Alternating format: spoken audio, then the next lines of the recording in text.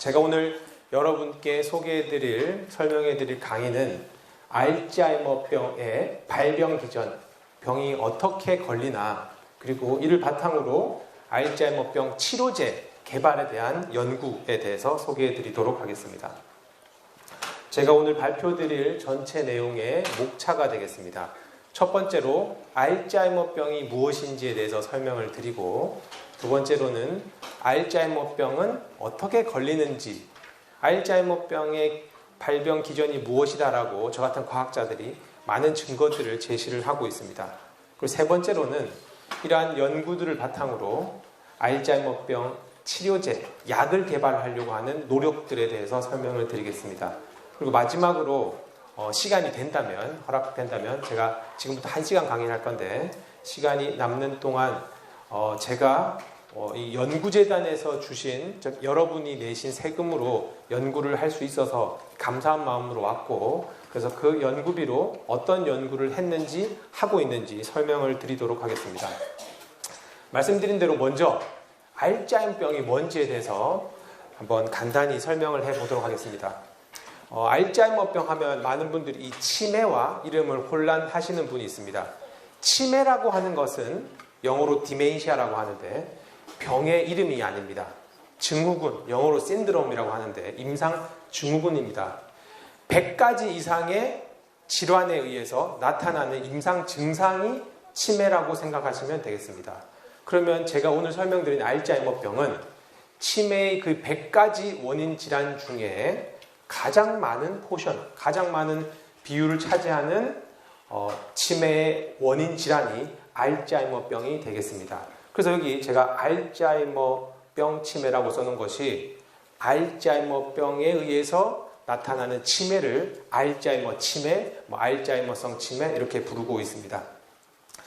많은 신경퇴행성 질환이 있죠. 오늘 소개해드린 알츠하이머병, 또 파킨슨병, 헌팅턴병, 루게릭병 같은 신경퇴행성 질환들이 많은데 그 중에 가장 유병률이 높은, 즉 환자 수가 가장 많은 것이 지금 오늘 내가 소개해드릴 알츠하이머병이라고 생각하시면 되겠습니다. 그럼 얼마나 알츠하이머병이 많이 걸리냐? 제가 여기 써놓은 것처럼 85세가 넘으면 3명 중에 1명이 알츠하이머병에 걸린다고 합니다. 근데 이런 통계를 내는 게 아주 정확한 방법이 있는 건 아니겠죠. 어떤 통계에 따르면 85세가 넘으면 2명 중에 1명이 알츠하이머병에 걸린다고 합니다. 즉 여기 계신 분이 85세가 되면 절반이 알츠하이머병에 걸립니다. 그러면 반은 알츠하이머병과 상관이 없냐? 아닙니다. 그분의 배우자, 친구, 친척 등이 알츠하이머병에 걸리기 때문에 그분들을 경제적으로든 육체적으로 도와드릴 수밖에 없죠. 그래서 우리가 85세가 넘으면 알츠하이머병에서 자유로운 사람이 없다라고 생각하시면 되겠습니다. 그럼 알츠하이머병은 증상이 뭘까? 여기 써놓은 것처럼 점진적으로 인지기능과 기억력의 상실이 일어나는 것이 알츠하이머병의 증상이라고 하시면 되겠습니다. 기억력의 상실은 여러분 쉽게 알 수 있죠. 소위 기억이 나지 않는, 머리가 나빠지는 그런 그 증상이 되겠습니다. 인지기능은 우리 뇌가 관여하는 그 모든 기능이, 뇌로 인해서 나타나는 모든 행동이 인지기능에 의한 소실로 나타나게 됩니다. 즉 머리가 나빠질 뿐만 아니라 뇌로 인해 야기되는 모든 행동에 다 문제가 생기는 것이 알츠하이머병의 임상 증상이 되겠습니다. 오늘 제가 발표할 내용의 핵심적인 내용이 여기 있죠. 그럼 과연 알츠하이머병은 왜 걸리냐? 어떤 물질에 의해서 알츠하이머병이 걸리냐라고 많은 과학자들과 많은 연구원들, 제약회사에서 열심히 연구를 한 결과 알츠하이머병이 처음 동정되고 100년간 주장하고 있는 알츠하이머병의 원인은 아밀로이드 베타 그리고 타우, 이 두 가지라고 합니다. 이 두 가지 단백질이, 정확하게는 아밀로이드 베타는 펩타이드고 단백질은 아니긴 하지만 이 아밀로이드 베타가 여러 개가 모여서 아밀로이드 플락이 됩니다. 이 위에 두 그림에서 아밀로이드 플락을 한번 찾아보면 여기 영어로 되어 있지만 건강한 사람의 뇌, 그리고 알츠하이머병 걸린 사람의 뇌가 되겠죠. 말씀드린 알츠하이머병의 원인 물질인 아밀로이드 베타가 구성된 아밀로이드 플락이 여기 신경세포 사이에 이렇게 존재하고 있습니다. 그리고 또 다른 단백질, 원인 단백질이 타우라는 단백질입니다. 이 타우라는 단백질에 인산기가 많이 붙어서 과인산화돼서 이것들이 아밀로이드 플락뿐만 아니라 신경섬유 엉킴, 영어로 뉴로파이브리 탱글이 생기게 됩니다. 역시 또 위에서 한번 그림을 찾아보면 여기 있는 신경세포 안에 있는 탱글이 알츠하이머병의 주요 원인이다. 알츠하이머병 환자 뇌에서 발견되는 특징적인 구조물이다. 이렇게 생각하시면 되겠습니다. 위에 그림으로 다시 한번 더 설명을 드리면 이 왼쪽은 정상인의 뇌가 되겠죠. 여러분 같이 건강한 뇌, 이 뇌 속에는 뉴론이라고 하는 한국말로 신경세포들이 굉장히 많이 들어있겠죠. 이런 신경세포의 건강한 모습이 알츠하이머병에 걸리면 여기 보시다시피 약간 위축이 되어 있죠. 이게 좀 더 진행이 되면, 즉 타우에 의한 뉴로파이브리 탱글이나 플락에 의해서, 독성에 의해서 세포가 죽으면 이렇게 손상되는 모양에서 세포가 완전히 사라지게 됩니다. 그런 것들이 여러 세포가 모여 있으면 이 왼쪽 뇌에 비해서 오른쪽 뇌의 크기가 좀 작죠. 즉 뇌 전체의 부피도 위축이 되는 그런 결과를 초래하게 됩니다. 무엇 때문에? 아밀로이드 플락과 뉴로파이브리 탱글이 신경세포 안이나 신경세포 사이에 축적이 됩니다. 이 그림을 이 오른쪽에서 좀 더 크게 보시면 왼쪽은 역시 정상뇌고 오른쪽은 알츠하이머병이 걸린 뇌라고 했을 때 이쁘게 신경세포가 있죠. 알츠하이머병에 걸리면 A베타로 구성된 아밀로이드 플락이 축적이 되고 신경세포 안에 뉴로파이브리 탱글스, 신경섬유 엉킴이 신경세포 안에 축적이 되면서 신경세포의 크기가 좀 줄어들고 말씀드린 대로 결국에는 사라지게 되는 게 알츠하이머병이 되겠습니다. 지금까지 100년 동안 알츠하이머병의 치료제 개발, 알츠하이머병 정복하기 위해 노력을 했고 그 결과로 현재 치매 환자, 알츠하이머병 환자들이 처방받고 있는 약은 여기 써놓은 것처럼 아세틸콜린 분해 요소 억제제, 그리고 NMDA 수용체 기량제, 특별히 이 두 가지 약을 처방을 받고 있습니다. 이 각각의 영어 이름은 아세틸콜린 에스트레이즈 이니비터, 즉 아세틸콜린을 분해하는 효소를 불활성화시킨다. 좀 어렵지만 결과적으로는 아세틸콜린이라고 하는 신경 전달 물질의 양을 증가시키게 하는 약물이 되겠습니다. 아세틸콜린이라고 하는 것은 뇌의 기능, 특별히 기억력에 중요한 역할을 하기 때문에 아세틸콜린 레벨이 알츠하이머병 환자에서 좀 떨어져 있는데 그걸 약물에 의해서 일시적으로 아세틸콜린의 레벨을 증가시켜서 기억력이 일시적으로 좋아지게 하는 그런 약물이 되겠습니다. 또 다른 NMDA 리셉터 수용체라고 하는 현재 처방되고 있는 치매 치료제는 좀 어렵지만 NMDA 수용체라고 하는 것은 아까 말한 이 아세틸콜린 말고 글루타메이트라고 하는 뇌 속에 또 인지 기능이나 기억력에 중요한 역할을 하는 신경 전달 물질이 이 NMDA 리셉터에 결합을 해서 신경세포의 독성을 나타냅니다. 이런 것을 막아줌으로써 또 일시적으로 기억력을 좋아지게 하는 이 두 가지 약의 치료제가 있습니다. 근데 이 두 가지 약의 한계점, 문제가 뭐냐면 약간의 부작용은 있지만 이거는 약을 먹다 보면 적응이 되는 정도고, 큰 문제는 아까 말씀드린 대로 제가 일시적이라는 표현을 쓴 것처럼 이런 약물이 일시적으로 아세틸콜린이나 글루타메이트를 조절을 해서 머리를 잠깐 좋아지게 하는 것이지만 병의 진행에는 영향이 없다. 즉 무슨 말이냐면 아까 말씀드린 알츠하이머병의 원인 물질인 아밀로이드 베타 그리고 타우 축적을 감소시키지 못한다. 그 두 병변을 조절하지 못한다. 그래서 병의 진행을 막는 근본적인 치료제는 아니다라는 게 현재 알츠하이머 치료제 개발의 큰 과제자 한계가 되겠습니다. 그래서 이 근원적인 치료제, 좀 어려운 말로 disease modifying drug을 찾기 위해서 저 같은 과학자 많은 사람이 국가의 정부의 연구비나 아니면 개인 투자자들의 돈으로 막대한 돈을 투자를 해서 치료제를 개발하려고 노력을 하고 있습니다. 그럼 드디어 알츠하이머병은 왜 걸리냐? 앞선 알츠하이머병의 설명에서 말한 것처럼 알츠하이머병 원인은 크게 두 가지 단백질에 의해 기인된다고 했죠. 좀 더 자세히 설명을 드리도록 하겠습니다. 어떤 질환이 왜 걸리는지를 알기 위해서는 그 환자의 어떤 변화가 있는지를 보면 쉽게 아니면 추정을 해볼 수 있겠죠. 병이 왜 걸리는지. 여기 있는 그래프가 조금 여러분한테 복잡할 수도 있겠지만 알츠하이머병 환자 뇌에서 그리고 환자의 어떤 증상이 나타나는지를 보여주는 그림이 되겠습니다. 아까 말씀드렸던 것이 다 나오고 있습니다. 이 빨간색이 여기 써놓은 것처럼 아밀로이드 베타, 그 다음에 이 파란색이 타우의 축적이나 타우에 의한 신경세포의 소실이 되겠고, 이 녹색이 뇌 구조가 위축이 되는 거. 아까 우리 앞선 그림에서 정상인에 비해서 알츠하이머 걸린 뇌가 많이 위축된다는 거 봤죠. 그런 뇌 구조의 위축을 MRI 등으로 우리가 검출을 해낼 수 있습니다. 그 다음에 이렇게 A베타, 타우, 뇌 구조에 문제가 생기면 신경세포가 죽으면 그런 어떤 증상, 행동이 나타나겠죠. 아까 말한 대로 기억력에 문제가 생기게 됩니다. 이어서 여러 가지 뇌에 의해서 기인되는, 뇌의 문제에서 기인되는 여러 가지 우울증도 될 수 있겠고요. 수면 장애 될 수도 있고 여러 가지 소위 기억력 이외의 2차 증상이라고 하는 많은 증상들이 나타나게 됩니다. 그럼 이런 것이 나타나는 순서를 한번 보겠습니다. 이 그래프의 X축은 알츠하이머병이 점점 더 진행된다. 내지는 나이라고 보시고 세 가지로 나눌 수 있겠죠.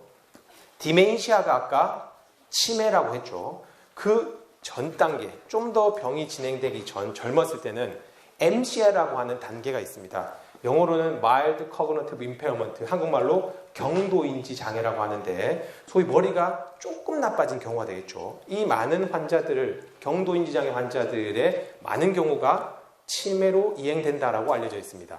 그리고 이 점선 전으로는 기억력에 전혀 문제가 없는 정상인이 되겠죠. 하지만 우리가 전제를 정상인이지만 기억력에는 문제가 없지만 이 사람들은 결국 치매에 걸린다라고 봤을 때 아까 말씀드린 이 5가지가 어떻게 변하는지 보도록 하겠습니다.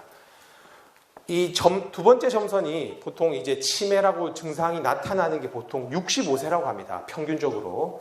그러면 A베타가 뇌 속에서 정상인에 비해서 많이 만들어지기 시작하는 나이는 30년 적, 대략 한 35세라고 했을 때 35세부터 A베타는 뇌 속에서 만들어지고 있습니다. 그 점점 증가하다가 이어서 타우가 A베타처럼 많은 양이 만들어지고 축적이 되고 응집이 됩니다. A베타가 최고치에 이를 때 그 이어서 이제 타우가 최고치에 이르고 이 두 가지 이어서 기억력이 나빠지는 것이 이제 증상으로 나타나게 되겠죠. 말씀드린 대로 이어서 여러 가지 2차 증상도 나타나게 됩니다. 그래서 정리를 하면 순서를 보겠습니다. A베타가 먼저 응집이 되거나 축적이 되면 이어서 타우 단백질의 응집이나 축적이 일어나고 이어서 신경세포가 죽게 됐고 신경세포가 죽으면 당연히 인지기능 장애가 나타나게 되죠. 지금까지 말씀드린 이 A베타나 타우에 대해서 조금 더 좀 어려울 수도 있지만 이제 분자생물학, 생화학 공부 내용이 되겠지만 우리 어렵지만 한번 노력을 해보도록 합시다. 가장 먼저 나타난다고 하는 아밀로이드 베타에 대해서 설명을 정말 간단하게 하도록 하겠습니다. 아밀로이드 베타의 또 다른 이름은 베타 아밀로이드가 되겠습니다. 여기 써놓은 것처럼 A베타는 36개에서 43개의 아미노산으로 구성된 펩타이드라고 합니다. 좀 말이 어렵죠.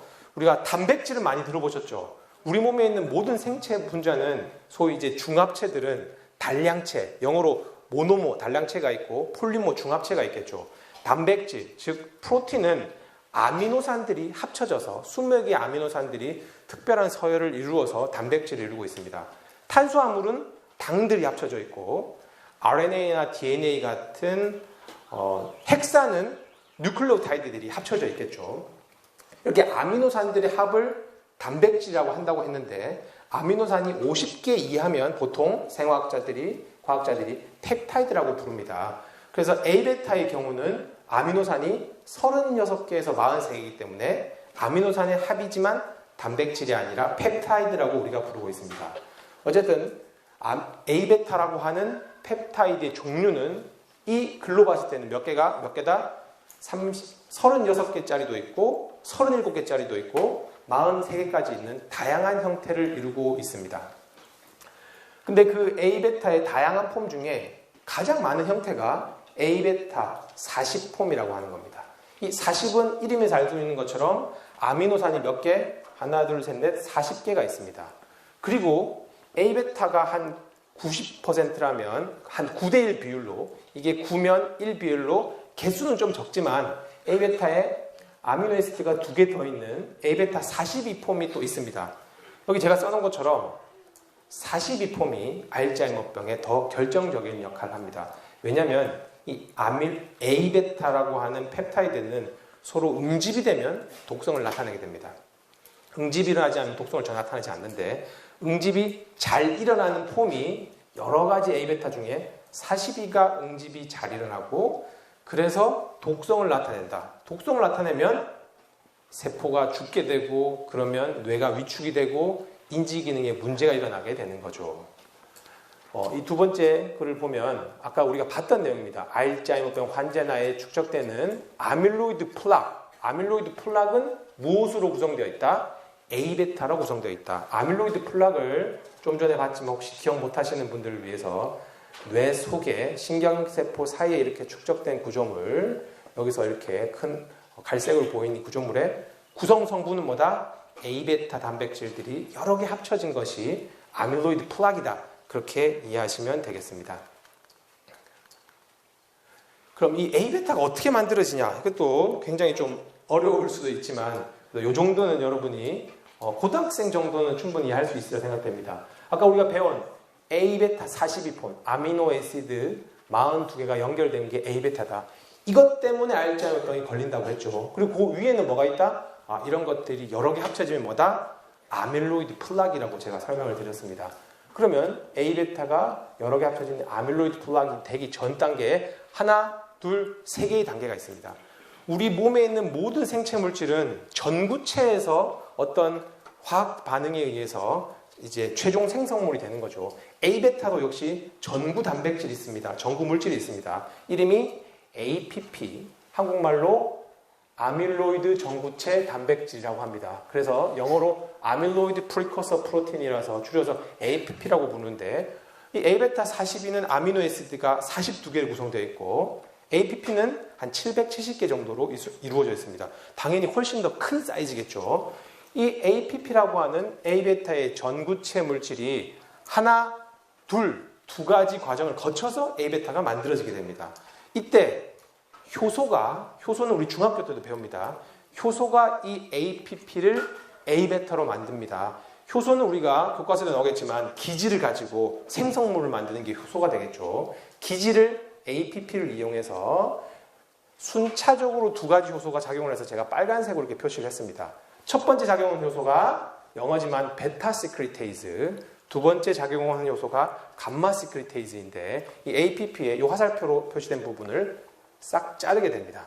여기 보라색은 세포의 막, 원형질 막입니다. 그래서 막에 꽂혀 있으니까 APP의 큰 한쪽 부분은 세포 바깥으로 나와 있고 안쪽으로 나와 있겠죠. 첫 번째 요소인 베타 시크리테이즈가 세포 바깥에 나와 있는 부분을 자르면 당연히 두 가지 물질이 만들어지게 되겠죠. 하나는 세포 바깥에 있으니까 세포 바깥으로 유리될 수 있는 솔루블 APP 베타라는 것, 그리고 막에 꽂혀 있는 또 하나의 구조물 베타 CTF가 1번 효소에 의해서 만들어집니다. 그럼 두 번째 요소인 감마 시크리테이즈에 의해서 남아있던, 막에 꽂혀있던 이 베타 CTF의 화살표 이 부분을 자르게 되면 드디어 A베타가 만들어지고, 이 아랫부분은 AICD라고 하는데 또 다른 어떤 역할을 한다고 합니다. 정리하면 APP라고 하는 A베타의 전구물질이 베타 감마 시크리테이즈라고 하는 단백질 분해 효소에 의해서 잘려서 독성을 나타내는 A베타가 만들어진다라고 과학자들이 증명을 하였습니다.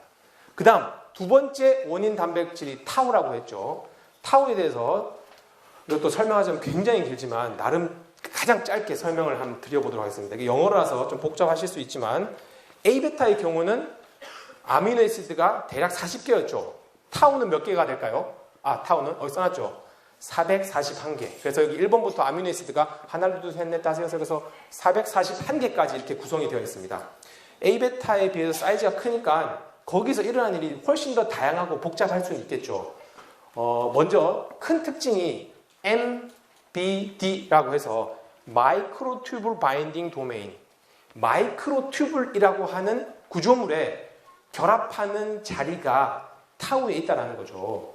이걸 뭐 R1, R2, R3라고 써놨는데 마이크로튜블은 여기 밑에 작은 공들로 된 긴 관인데 이 마이크로튜블에 지금 설명드리는 타우가 결합하고 있다. 그렇게 이해하시면 됩니다. 두 번째, 타우에는 그 주황색 공, P라고 써놓은 아까 처음에도 타우는 인산화가 되어야지만 뉴로파이브리 탱글이 된다고 했죠. 그 타우에는 인산화가 일어납니다. 인산기가 타우 단백질이 결합을 하는데 인산기도 역시 우리 몸에 있는 모든 생체 반응은 다 효소가 메가하죠. 타우 단백질에 인산기를 붙여주는 효소가 굉장히 많은데 어떤 효소가 타우의 몇 번째 아미노애시드에 인산기를 붙여주는지가 다 알려져 있습니다.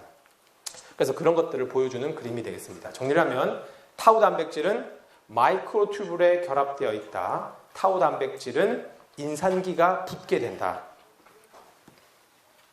그럼 이 마이크로튜블은 과연 뭘까를 설명을 드리겠습니다.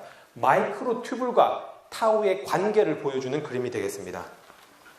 이 마이크로튜블, 관처럼 생겼죠. 속이 비어있는 관인데 여기 보면 정말 사람이 걸어가는 것처럼 어떤 다리로 걸어가는 단백질이 보이죠. 이 마이크로튜블을 길로 사용해서 신경세포에 필요한 물질을 베지클 안에 담아서 신경세포 곳곳으로 전달을 해줍니다. 그때 이런 전달하는 수송 시스템의 길 역할을 하는 게 마이크로튜블이 되겠습니다. 그리고 우리 사람은 뼈가 우리 몸을 이런 구조를 유지해주고 저렇게 서서 움직일 수도 있죠. 신경세포의 골격은 마이크로튜블이 되겠습니다. 그래서 마이크로튜블은 어떤 물질 소송의 길 역할도 하고 그리고 세포의 골격을 유지해주는 역할도 합니다. 그럼 다시 타우로 돌아가서 마이크로튜블과 타우는 어떤 관계가 있냐? 마이크로튜블이 타우에 결합하고 있음으로써 마이크로튜블을 안정화시키고 있습니다. 즉 다른 말로 하면 마이크로튜블에 타우가 떨어지면 여기서 보시는 것처럼 분해가 됩니다. 분해가 되면 이런 물질 수송도 안 일어나며 세포의 구조도 유지가 되지 않으니까 당연히 신경세포는 죽게 되겠죠. 그래서 알츠하이머병에 걸리면 원래 이렇게 인산기가 붙어 있는데 알츠하이머에 걸리면 인산기를 너무 많이 붙여주는 거죠. 어려운 말로 과인산화를 시키게 됩니다. 아까 말씀드린 대로 타우에 인산기를 붙여주는 효소들이 많다고 했죠. 그래서 그냥 예시로 몇 가지 GSK3베타나 CDK5 같은 효소를 이렇게 예를 들었는데 어쨌든 타우에 인산기가 너무 많이 붙게 된다. 알츠하이머병에서는. 좀 어려운 말일 수도 있지만 인산기를 붙여주는 효소를 카이네이즈 그리고 인산기를 떨어뜨려주는 것은 포스파테이즈라고 부르죠. 그래서 알츠하이머병에 걸리면 인산기를 너무 많이 붙여주기도 하지만 원래 우리 몸은 인산기를 붙였다 떨어졌다 하는 게 자연적인 현상입니다. 근데 그 인산기를 떨어뜨려주는 효소의 활성이 많이 또 떨어져 있습니다. 뭐 이런 것도 알츠하이머병의 원인이 나옵니다. 정리를 하면 어쨌든 결과적으로는 마이크로튜블이라고 하는 신경세포에 꼭 필요한 물질이 있다. 관이 있더라. 여기에 타우가 결합하고 있는데 그로 인해서 분해가 안 되게 한다. 하지만 알츠하이머병에 걸리면 인산기가 너무 많이 붙거나 붙은 인산기를 떨어뜨려 주는 것이 잘 일어나지 않기 때문에 마이크로튜블로부터 타우가 떨어짐으로써 마이크로튜블이 와해가 되는 그런 결과를 초래하게 됩니다. 그러면 떨어진 타우는 어떤 운명을 겪게 되는지 보여드리도록 하겠습니다. 마이크로튜블이 이렇게 분해되는 이유는 타우 단백질이 과인산화돼서 떨어진다고 했죠. 여기 하이퍼포스폴레이티드 타우 프로틴, 이제 과인산화된 타우가 되겠죠. 마이크로튜블에서 떨어진 이 타우 단백질이 자기들끼리 또 응집을 하게 됩니다. A베타도 그렇고 타우도 그렇고 서로 응집을 하게 되면 두 가지 구조물을 우리가 정의를 했습니다. 첫 번째 구조물은 페어드 헬리칼 필라멘트, 이중나선 섬유라고 하는 것. 이것이 좀 더 뭉쳐지면 큰 구조물이 뉴로파이브리 탱글, 한국말로 신경섬유 엉킴이 되는 겁니다. 우리 신경섬유 엉킴은 아까 처음에 알츠하이머병에서 봤죠. A베타에 의한 아밀로이드 플락, 과인산화된 타우에 의한 뉴로파이브리 탱글. 이런 식으로 알츠하이머병의 원인 물질이자 알츠하이머병 뇌의 특징적인 구조물이 이런 순으로 만들어지게 됩니다. 그래서 알츠하이머병 뇌의 특징적인 구조물인 신경섬유 엉킴, 영어로 뉴로파이브리 탱글은 비정상적으로 즉 인상기가 너무 많이 붙어 있는 타우 단백질로 구성되어 있다. 이렇게 이해하시면 되겠습니다. 지금 우리가 배우는 장이 알츠하이머병의 발병 원인은 무엇인지를 배우고 있죠. 이 지금까지 과학자들이 증명한 여러 실험을 통해서, 저 같은 과학자의 실험을 통해서 알츠하이머병의 원인은 이것이다 라고 말한 것들이 굉장히 많습니다. 그것들을 다 이렇게 6가지 안에 다 포함을 시킬 수 있습니다. 뭐 좀 관심이 있는 분들은 요즘 알츠하이머병 치료제가 많이 실패를 했다. 그 실패한 타깃이 A베타라고 합니다. A베타. 그러면 왜 과학자들은 그렇게 A베타의 임상시험이 실패함으로써도 하지만 계속 그 A베타를 타깃하는지 시간이 되면 좀 간단히 설명드리고, 어쨌든 이 알츠하이머병을 일으키는 모든 기전을 6가지로 나눌 수 있는데, 여기 등장하는 인자들이 알파벳이라서 좀 복잡하실 수 있겠지만 최대한 한번 이해하실 수 있게 노력을 해보겠습니다. 우리가 이미 만났던 단백질들이 있죠. 인자들이 있죠. A는 아밀로이드 베타, 그리고 T는 타우가 되겠습니다. 그리고 이 모든 박스 안에, 기전 안에 공통적으로 되는 게 있는 인자가 뭘까요? 괄호 쳐져 있는 N과 C가 되겠죠. N과 C. 이 N과 C는 소위 가설이 아니라 기정사실이 되겠습니다. N은 뭐다? 뉴로디제너레이션, 즉 신경세포가 죽는 게 되겠습니다. C는 뭐다? 커그너티브, 그렇습니다. 인지기능 장애가 되겠습니다. 즉 뇌 속의 신경세포가 죽으면 인지기능 장애가 나타나는 당연한 일입니다. 그럼 그 앞에 어떤 일이 있냐? A, B, C는 방금 배우셨던 A베타가 알츠하이머병을 시작하는 물질이다. B는 타우가 알츠하이머병을 시작하는 물질이다라는 그런 가설이 되겠습니다. 그래서 이 두 가설이 가장 많은 과학자들이 지지하고 증명한 결과, 증거들이 가장 많은 연구가 되겠습니다. 이 C는 A, B를 합친 게 되겠죠. A베타와 타우가 동시에 신경세포의 독성을 나타내고 그래서 머리가 나빠지게 한다. 어쨌든 A, B, C 세 가지는 A베타와 타우가 알츠하이머병을 시작시키는 물질이라고 하는 겁니다. 이 D, E, F는 소위 A베타와 타우가 아니다. A베타와 타우로 이렇게 임상시험을 계속하니까 실패를 한 거다.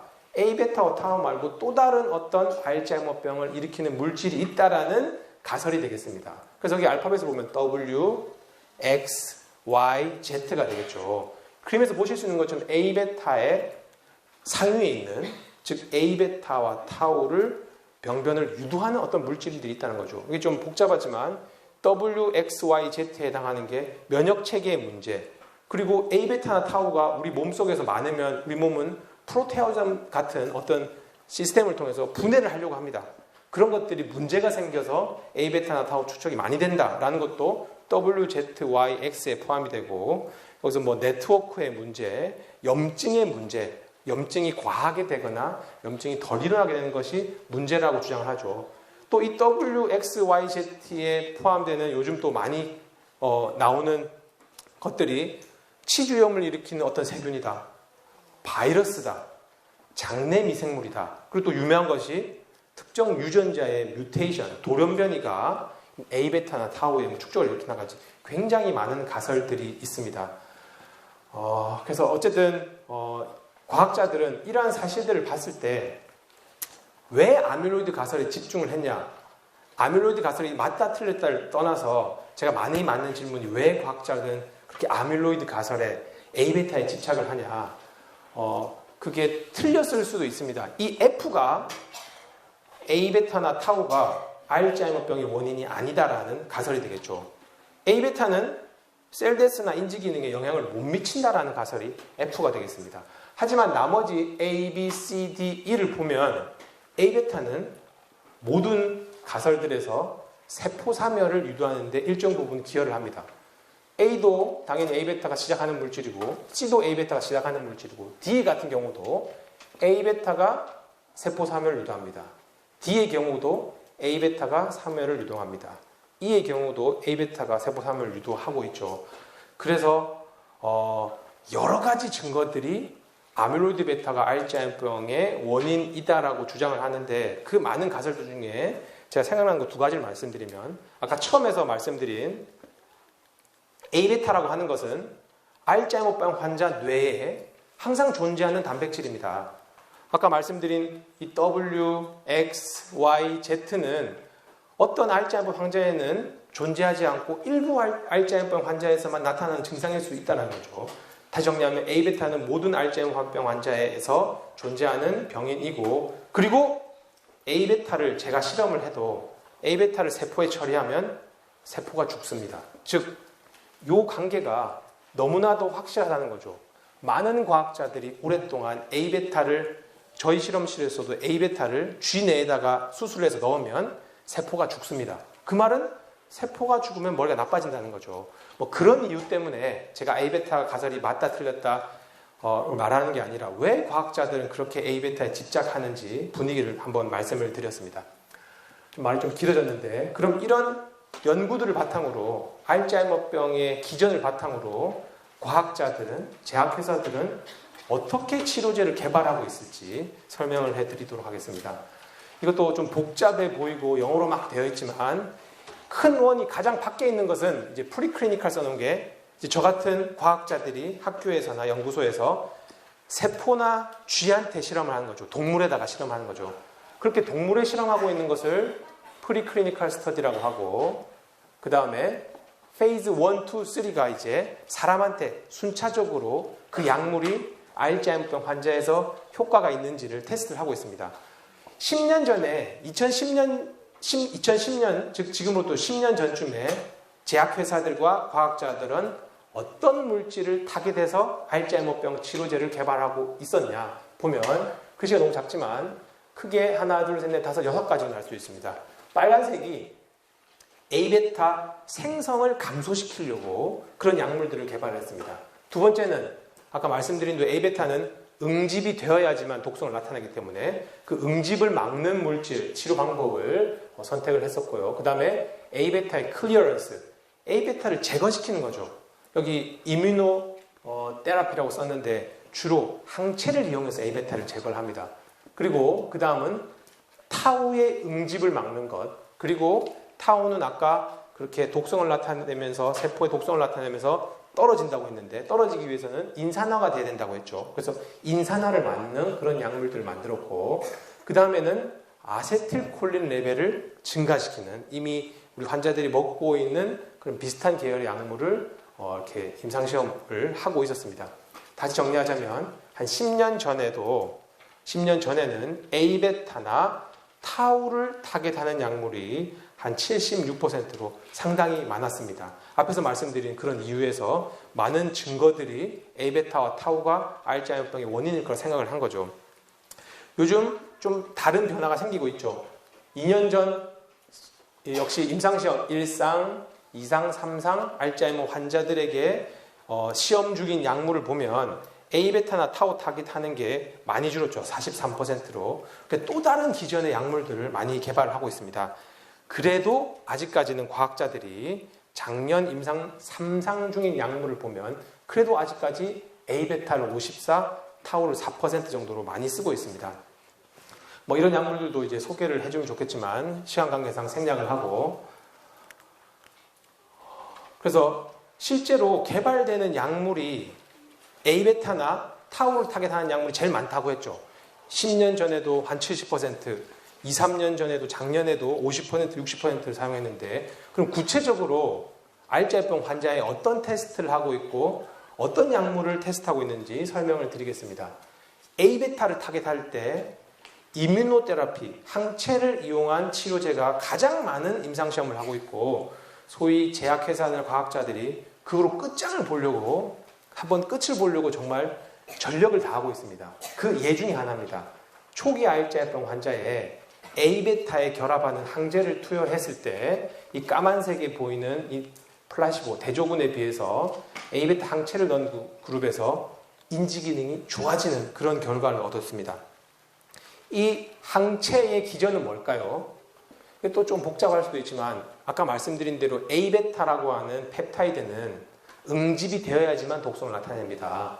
이 흰색 동그라미 하나가 아미노 애시드 뭐 한 40개의 A베타 펩타이드라고 했을 때 이 하나하나를 모노모, 뭐 달랭차라고 부르고, 이것들은 자기들끼리 응집을 합니다. 셀프 어그리게이션을 해서 여기 그림에서 보시면 아마 17개, 8개로 서로 합쳐지게 되면 이를 좀 어려운 말이지만 올리고모 이렇게 부르게 됩니다. 이때만 독성을 나타낸다. 우리가 아까 그림에서 봤던 아밀로이드 플락은 전혀 독성을 나타내지 않는다. 그래서 과학자들이 어떤 일을 했냐. 이 올리고모에 선택적으로 결합하는 항체를 앞에서 본 것처럼 환자들에게 투여를 해서 인지기능 검사를 하게 된 거죠. 그러면 이런 항체를 넣으면 왜 인지기능이 좋아질까? 결과적으로는 아밀로이드 베타가 줄어들게 됩니다. 어떻게 A베타 항체가 아밀로이드 베타를 줄어들게 만드냐? 이렇게 파란색이 A베타라고 했을 때 항체가 결합하면 그 항체의 결합에 의해서 A베타가 분해가 되게 됩니다. 두 번째는 중요한 어떤 세포가 나오는데 마이크로글라이알 셀이라고 하는 미세학교 세포가 등장을 하게 됩니다. 이 미세학교 세포라는 것은 뇌 속의 청소부 역할을 하는 거죠. 외부 물질이 있으면 잡아먹는데 A베타 항체가 결합한 아밀로이드 베타를 신호로 이 마이크로글라이알 셀이 먹어서 즉 A베타를 제거합니다. 이건 좀 어려운 내용이니까 그냥 패스를 하고 어쨌든 A베타 항체를 가지고 이렇게 과학자들이 가장 많은 연구를 하고 있고 좀 복잡하지만 어떤 과정을 통해서 어떤 기전을 통해서 치료 효과가 나타나는지 설명을 들었습니다. 두 번째로 임상시험을 많이 하고 있는 것이 타우를 타깃하는 약물이라고 했죠. 타우는 어떻게 만들어지는지 잠깐 말씀을 드렸는데 이렇게 신경세포 안에 뉴로파이브리 탱글, 신경섬유 엉킴이 이렇게 쌓이게 되는데 처음에는 당연히 타우 단백질의 유전자에서부터 타우가 만들어지겠죠. 어려운 말이지만 전사와 번역을 통해서 DNA로부터 타우가 만들어지게 됐죠. 그럼 아까 말씀드린 대로 타우는 마이크로튜브에 붙어 있다가 어떤 인산화 등에 의해서 떨어지게 되죠. 떨어지면 A베타처럼 역시 하나, 둘, 셋, 넷 여러 개의 사이즈가 합쳐지면서 역시 이것도 올리고모란 형태를 구성하게 되고 이것도 점점 커지면서 세포의 독성을 나타냅니다. 그래서 타우를 타겟하는 약물은 당연히 타우 단백질을 만드는 유전자에서 타우 단백질이 안 만들어지도록 그리고 마이크로튜브에서 타우가 떨어지지 않도록 그리고 타우 단백질이 서로 응집을 되지 않도록 그런 전략을 가지고 그런 물질들을 찾아서 치료제를 개발을 하고 있습니다. 지금까지 말했던 그 A베타와 타우에 대한 내용뿐만 아니라 아니면 그것들 각각을 더 자세하게 쓴 건데 자는 우리 어린이들도 있고 해서 좀 지나가면 어쨌든 이 A베타의 생성, A베타를 분해, 아까 보신 항체 같은 A베타를 제거, 그리고 A베타가 응집되는 걸 막고 그 다음에 타우의 응집을 막는 것 그리고 결국에는 신경세포가 죽기 때문에 머리가 나빠지기 때문에 신경세포가 죽는 걸 직접적으로 막는 그런 것도 하나의 치료 전략이 되겠습니다. 그럼 제가 이런 질문을 많이 받고 있고 저도 이거에 대한 답을 찾기 위해서 굉장히 노력을 하고 있죠. 과연 어떤 알츠하이머병 치료 전략이 가장 효과적일까? A베타 임상시험이 다 실패했기 때문에 A베타가 효과 있는 치료작이 아니다라고 말하기는 아직까지는 섣부른 판단인 것 같고요. 앞서 알츠하이머병 기전이 이렇게 A, T, NC라고 했을 때 이 각각을 타겟하는 방법들이 많이 있습니다. 근데 아까 처음에 말씀드린 알츠하이머병 환자에서 나타나는 순서가 있겠죠. 즉 A베타가 이미 많이 만들어진 단계에서는 타우를 타겟하면 A베타가 많이 만들어진 상태에서 A베타를 아무리 타겟해봐도 효과가 없다는 거죠. 타우가 없는 이 시기에 타우를 타겟하는 것도 당연히 잘못된 전략이 되겠죠. 그래서 가장 효과가 있는 가능성이 높은 치료 방법은 적절한 시기에 알츠하이머병이 발병되는 시기가 0이라고 했을 때 30년부터 A베타가 쌓인다고 했는데 그 30년 전에는 A베타를 타겟하는 게 한 5년, 10년쯤 지났을 때는 타우를 타겟하는 게 A베타와 타우를 다 놓쳤습니다. 발병 한 10년 전입니다. 이때는 신경세포가 죽는 걸 막는 것이 이걸 다 놓쳤어. 발병되고 나서는 소위 2차 증상이라고 하는 것들을 타깃하는 것이 효과적인 전략이 아닐까라고 제가 부족하지만 그런 결론을 한번 내려봅니다. 그래서 적절한 약을 적절한 시기에 쓰는 것이 가장 효과적인 치료 전략이 아닐까 이렇게 생각이 됩니다. 지금까지 굉장히 긴 서론을 했고 제가 저희 실험실에서 어떤 일을 하고 있는지를 설명을 드리는데 소위 앞선 부분이 제일 쉬운 거였죠. 서론이기 때문에. 그래서 너무 어려운 내용이라서 정말 간단하게 한번 빠르게 설명을 하도록 하겠습니다. 먼저 제가 여기 온 것도 처음 말씀드린 대로 한국연구재단에서 주신 연구비로 제가 저희 실험실 연구를 했고, 그래서 저는 작년까지 했던 3년짜리 신진연구자 지원 사업에서 연구비를 받아서 12편의 논문을 썼고 특허를 내고 기술 이전을 했습니다. 그 내용들이 이렇게 제가 정리를 한번 해봤는데요. 알츠하이머병을 치료하기 위해서 타깃이 있겠죠. 그 타깃을 조절하는 치료 방법이나 물질이 있을 것입니다. 그래서 왼쪽에 써놓은 게 타깃이고 오른쪽에 써놓은 게 치료 물질 방법이 되겠습니다. 핵수용체 널이라는 것을 타깃을 해서 핵수용체를 활성화시키는 약물을 저희가 연구 중에 있습니다. 그리고 식욕을 촉진시키는 그렐린이라는 호르몬이 있는데 이 호르몬의 수용체를 타깃으로 해서 그렐린 수용체를 활성화시키는 그런 물질을 연구를 하고 있고, 아까 말씀드린 대로 아밀로이드 베타가 응집이 되면 독성이 나타난다고 했는데 이 응집을 막아주는 물질들을 우리가 찾아보고 있습니다. 그리고 A베타나 타우랑 상관없이 인지 기능을 바로 증가시킬 수 있는, 소위 약간 초기는 아니고 약간 레이 스테이지의 후기의 알츠하이머 치료 전략이 되겠죠. 인지 기능을 증가시키는 단백질, 그리고 우리가 음식으로 먹는 이 도라지의 인지 기능 향상 효과를 저희가 확인을 하였습니다. 그리고 이게 또 좀 너무 어려운 내용이지만 뇌는 전선처럼 복잡하게 신경회들이 연결이 돼 있어서 그들이 서로 정보를 주고받는 신경회로라는 것이 있는데 이 신경회로를 선택적으로 활성화시켜서 머리를 한번 좋아지게 해보자, 알츠하이머병의 기억력을 회복시켜보자, 그런 연구를 하고 있습니다. 그래서 첫 번째 핵수용체를 최근에 연구를 해서 에이징 셀이라는 논문에 이렇게 쓸 수 있었습니다. 결론만 말씀드리면 너론이라고 하는 그 물질을 알츠하이머병 동물 모델에서 활성화를 시키고 없애버리고 했을 때 알츠하이머병이 조절이 되더라. 그래서 너론은 중요한 알츠하이머병 타겟이 되더라. 이건 실제 환자 내에서 너론을 발하는 세포와 A베타를 발하는 세포가 위치가 같이 하고 있더라.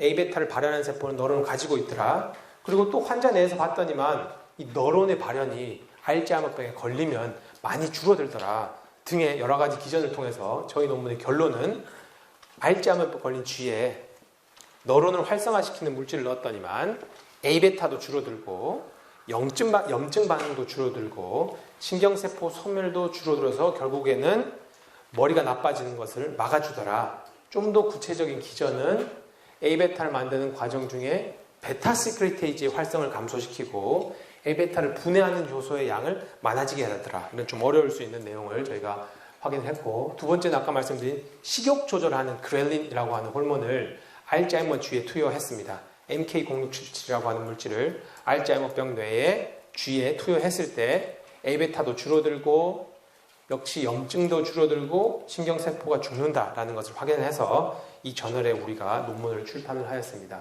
세 번째는 바이타민 D 바인딩 프로틴이라고 하는 혈액 내에 있는 어떤 단백질이 있는데 이 단백질이 A베타가 이렇게 올리고모되고 플락이 되는 것을 막아주더라. A베타 한 42짜리 있고 DBP는 아미노애시드 한 4,500개 되는 큰 사이즈인데 이것이 A베타의 응집을 막아주더라. 이것을 세포에서도 인비트로에서도 그리고 알츠하이머 쥐에 투여했을 때도 아밀로이드 베타의 응집이 줄어든다라는 것을 저희가 확인을 하고 최근에 이 나노메디슨 저널에 논문을 출판을 하였습니다. 그리고 천연물 내지는 한약이 또 알츠하이머병에 치료과가 있다는 문헌들이 많습니다. 그것들 모아서 저희가 리뷰 논문, 총설 논문을 썼고요. 이런 총설 논문을 쓰면서 저희가 천연물 내지는 한약에 관심을 가지게 돼서 조구둥이라고 하는 식물이 있습니다. 그 식물 추출물을 A베타에 처리를 했을 때 A베타의 축적이 줄어든다라는 것을 확인해서 최근에 뉴로케미스트 인터내셔널에 논문을 냈고, 또 한약 중에 조이승청탕이라는 것이 있습니다. 이것도 아밀로이드 베타의 응집을 감소시킨다라는 사실들을 우리가 이 저널에 우리가 발표를 하였습니다. 그 다음에 이 뉴로글라닌이라고 하는 단백질을 쥐 내에 과발현시켜서 A베타나 타우랑은 상관없이 머리를 좋아지게 하는 그런 시도를 해봤습니다. 그런 단서는 알츠하이머병 걸린 환자 내에서 이 단백질, 뉴로글라닌이라는 단백질의 양이 많이 감소되어 있습니다. 그래서 가설을 이 감소되어 있는 뉴로글라닌을 우리가 인위적으로 증가시키면 머리가 좋아지지 않을까? 이런 가설을 세우고 뉴로글라닌을 바이러스를 통해서 과발현을 시켰습니다. 그랬더니만 행동 실험을 했을 때 쥐를 가지고 머리가 얼마나 좋나 나쁘나를 보는 방법이 있습니다. 그렇게 했을 때 뉴로글라닌을 많이 발현하도록 했더니만 머리가 좋아지더라. 이런 사실을 우리가 Experiment and Molecular Medicine 저널에 이렇게 최근에 출판을 할 수 있었습니다. 그리고 아까 말씀드린 도라지, 우리가 먹는 도라지에 특별히 뿌리에 어떤 성분인 플래티코돈 D라는 것을 쥐한테 이렇게 먹였습니다. 먹였을 때 뇌 속에 시냅스가 많아지고 그래서 머리가 좋아지더라 라는 것도 우리 실험실에서 최근에 밝혀서 논문을 쓸 수 있었습니다. 마지막으로 신경회로를 신경 알츠하이머병의 타깃으로 하는 연구를 우리가 또 하고 있었습니다. 알츠하이머병의 타깃이 아까 말씀드린 A베타, 타우, 염증 이런 거지 여러 가지가 많이 있는데 그런 것들로 치료제가 안 나오니까 새로운 타깃이 있어야 된다는 주장들이 많이 나오고 있습니다. 그래서 요즘 많이 관심을 받고 있는 게 뇌신경회로라는 거죠. 기억력이다, 어떤 동물의 행동이다라는 것이 분자 수준에서 세포 수준에서 설명하기가 사실 쉽지 않은 것들이 있습니다. 그래서 행동과 가장 가까운 레벨이 신경회로가 되는데 알츠하이머병에서도 그 신경회로가 손상이 된다라고 알려져 있습니다. 너무 좀 복잡해 보이지만 뇌의 여러 부위를 이렇게 박스로 표시를 했습니다. 해마는 많이 들어보셨죠? 여기 해마에 있고 그리고 콜텍스, 피질 이런 데 있는데 이 까만색, 파란색 이 1, 2, 3, 4, 5는 A베타가 쌓여나가는 시기를 표시한 것이고 이 선들은 말한 신경회로, 즉 엑손 다발들이 뇌 부위별로 연결이 되어 있는 것을 보여주고 있습니다. 이렇게 알츠하이머병 내에서 여러 신경회로가 연결되어 있는 것이 예상은 되고 신경회로가 손상이 될 것은 예상은 되지만 알츠하이머병 뇌에서 이러한 신경회로를 세포 수준에서 직접 볼 수 있는 방법이 사실은 없습니다. 사람에서는. 그래서 우리가 간접적으로 쥐에다가 알츠하이머병 쥐에다가 수술을 해서 추적할 수 있는 물질을 수술을 해서 뇌에다 집어넣어서 그 물질이 이동해가는 것을 추적을 해봤습니다.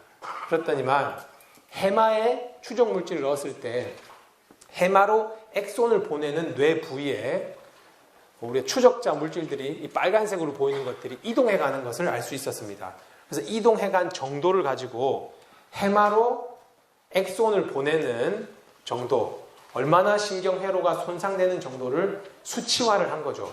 그래서 노르아데날린을 분비하는 신경세포가 모여있는 부위에서 기억력의 조절에 가장 중요한 부위인 해마로 보내는 그런 신경회로, 신경연결이 가장 손상이 많이 되어 있더라. 그리고 아세틸콜린을 분비하는 세포들이 모여있는 미디알 세툼에서 해마로 엑손을 보내는 연결도가 많이 떨어져 있다. 이런 등의 결론을 우리가 내고 저희가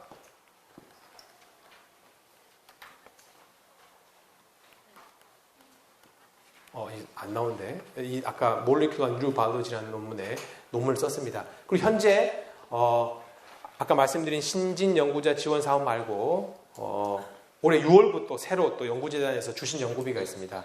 그 연구비를 통해서 알츠하이머병 내 시각신경회로를 추적을 하고 있습니다. 그리고 운동신경도 추적을 하고 해마 형성체, 후각신경 등 알츠하이머병 뇌의 회로들을 쭉 다 보는 그래서 지도를 만드는 일을 하고 있습니다. 그래서 알츠하이머병 동물 모델에서 어디에 어떤 연결들이 어떻게 손상되는지를 전부 다 추적을 해서 이 지도를 바탕으로 무엇을 하냐?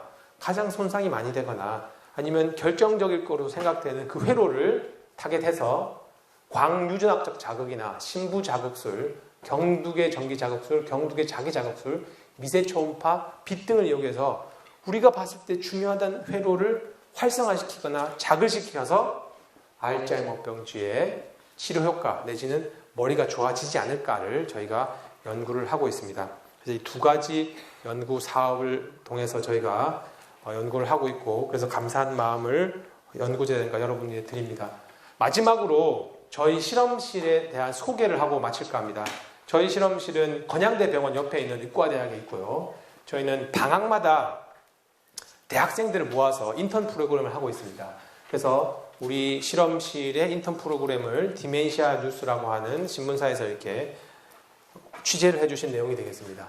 써놓은 것처럼 건양대, 카이스트, 한남대, 경상대, 경성대, 원광대, 중원대들의 다양한 학생들이 왔습니다. 이게 작년 여름이라서 올 겨울 2018-19년 겨울까지 하면 8번에 걸쳐서 했고 대략 한 50명의 학생들이 왔다 갔습니다. 그럼 이 학생들이 와서 한 달, 2달 동안 어떤 일을 하냐? 연구재단에 주신 그 연구비를 통해서 알츠하이머병 발병 기전 및 아까 우리가 설명을 드렸던 발병 기전, 치료제 개발 이런 연구에 직접 참여를 합니다.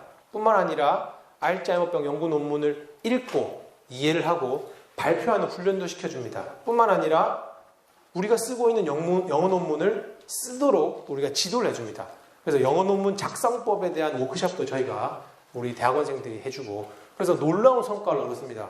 학부생들이 대학원생도 아닌 대학생들이 총 20편의 논문을 이제 출판이 된 것도 있고 준비 중인 논문 합쳐서 총 20편의 논문을 저희 작업을 했고 또 이제 한국연구재단 등과 같은 국가에서 주는 연구 과제도 한 3건 정도를 이 학부생들이 쓴 연구 과제로 선정이 돼서 연구를 이렇게 하고 있습니다. 제 연구를 도와주는 연구원 선생님들과 이렇게 학생들의 사진입니다. 예, 하여튼 너무 어려운 내용을 졸면서도 들어주신 어린이들과 어머니들께 감사의 말씀을 드리겠습니다.